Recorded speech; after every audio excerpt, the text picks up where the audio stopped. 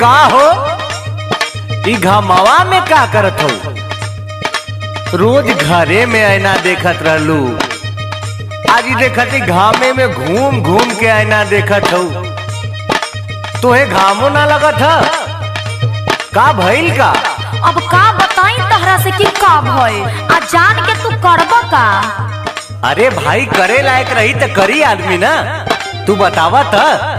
अरे इहे देखो तनी कि नैहर में कैसन रहे, हमार चेहरा कैसन रहे आ कैसन हो गईली आ कहाँ के फंस गईली। फंसालू? तारा के फंसा के ले आई बनी, हम बियाह क के ले आई बनी, बुझलू? हाँ जाना तनी बियाह क के लाइल बड़ो, यही से जारत तारो। सुनो एगो बात। हाँ सुनावा। हम तो नैहर रहत रही एसी में, हाँ एसी में, एने देह जरी जाता हमर खेती में।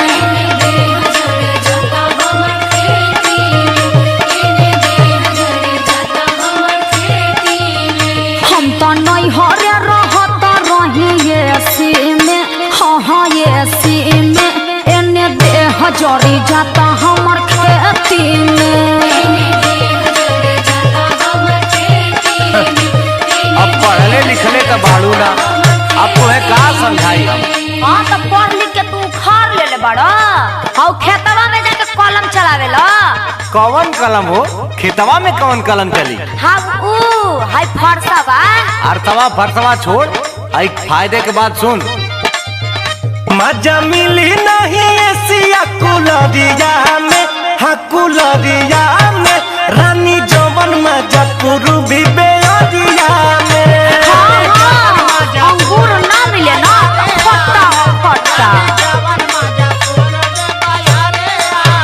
मजा मिली नहीं एसिया कुलरिया में, हाँ कुलरिया में, रानी जवन मजा पूर्वी बेअरिया में।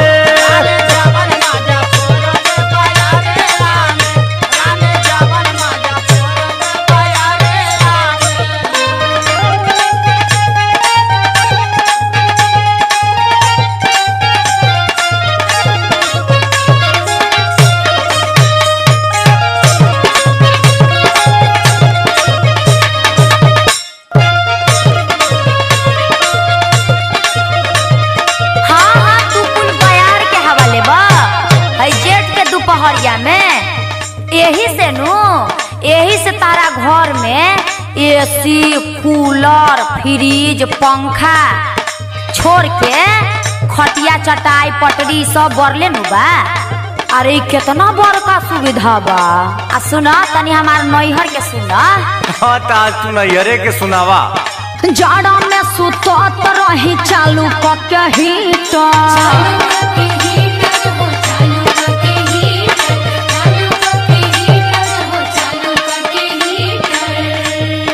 गरमी में ठंडा पियत रही 2-2 लीटर।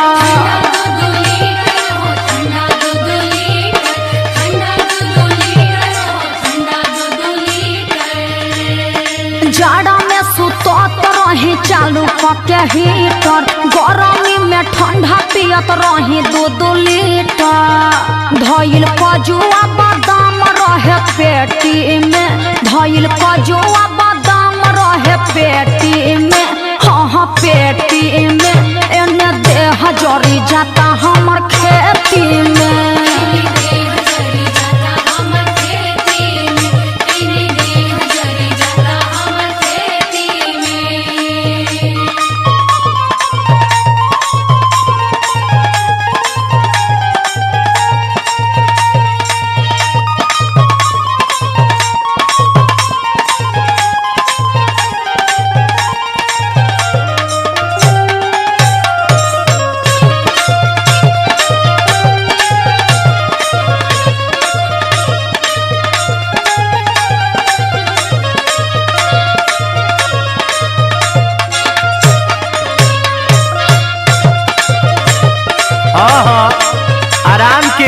लगेला।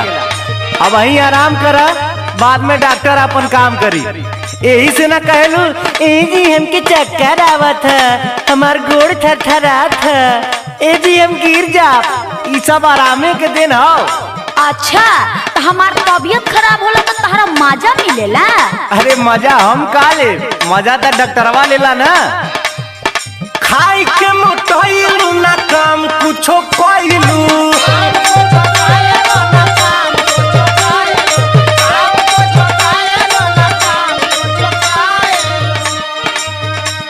बुझाइल? एही से तबीयत के मरीज होई गइलू।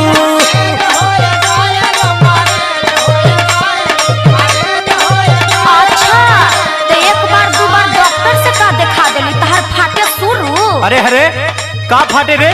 माथा छाती करेजा कुल और का? खाई के मोटाइलू ना काम कुछो कइलू, एही से तबीयत के मरीज होई गइलू। मजा मिले ना उ मोटा की शरीरिया में, मजा मिले ना उ मोटा की शरीरिया में, हाँ शरीरिया में जौन मजा मिले पतरी कमरिया में।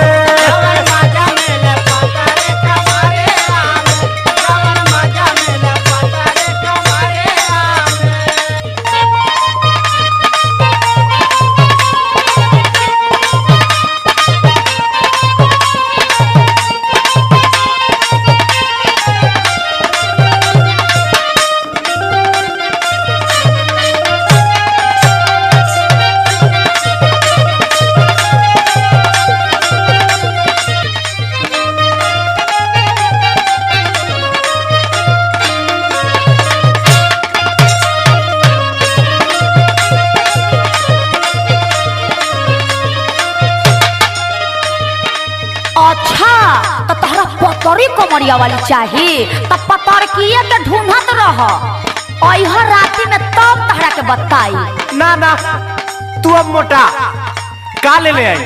काजू ले ले आई, किशमिश ले ले आई, छोहरा ले ले आई, एक बोरिया ले आके रख देता नहीं। अब खा खा खाली मोटा, दाल भात तो तू छोड़िए दो ना। काहे बढ़ल ह सुन, बीपी बा बढ़ल हमर टेंशन के मारे।